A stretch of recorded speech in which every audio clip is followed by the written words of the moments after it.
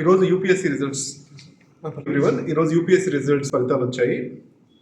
చాలామంది తెలుగు విద్యార్థులు సక్సెస్ అవ్వడం జరిగింది. ఎప్పుడు లేనంతగా 100లో 12 ర్యాంక్స్ తెలుగు స్టూడెంట్స్కి రావడం జరిగింది. ఇది చాలా పెద్ద సక్సెస్. అంటే 12% ఆఫ్ ద రిజల్ట్స్ ఒక స్టేట్కి రావడము అనేది చాలా పెద్ద విషయం. ఈ క్రమంలో సక్సెస్కి సీక్రెట్ మంత్ర అంటూ ఏమీ లేదు.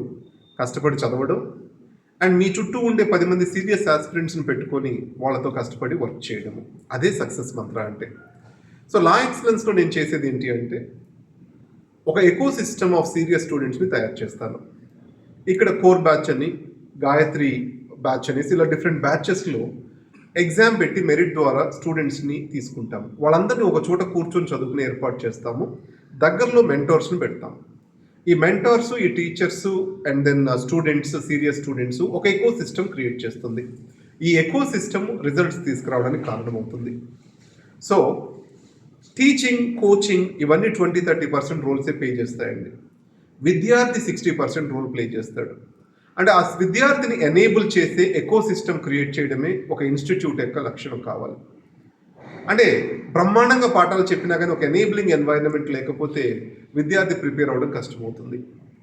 సో నేను 70% success I give it to student and then ఆ స్టూడెంట్కి ఎనేబులింగ్ ఎన్వైరన్మెంట్ క్రియేట్ చేయడంలోనే మన గొప్పతనం ఉంది.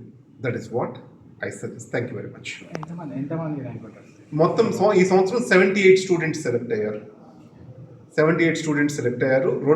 4 ఏళ్ల క్రితము మేము ఒక బ్యాచ్ స్టార్ట్ చేశాము.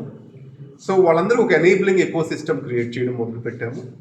సో ఒక మంచి రీడింగ్ రూము, మెంటార్స్, వీళ్ళందరినీ ఒక మెరిట్ ఎగ్జామ్ ద్వారా సెలెక్ట్ చేయడం, ఈ 4 ఏళ్ల ఎఫర్ట్ ఫైనల్లీ ఈ రోజు మంచి ర్యాంక్స్ తీసుకురావడానికి కారణమైంది.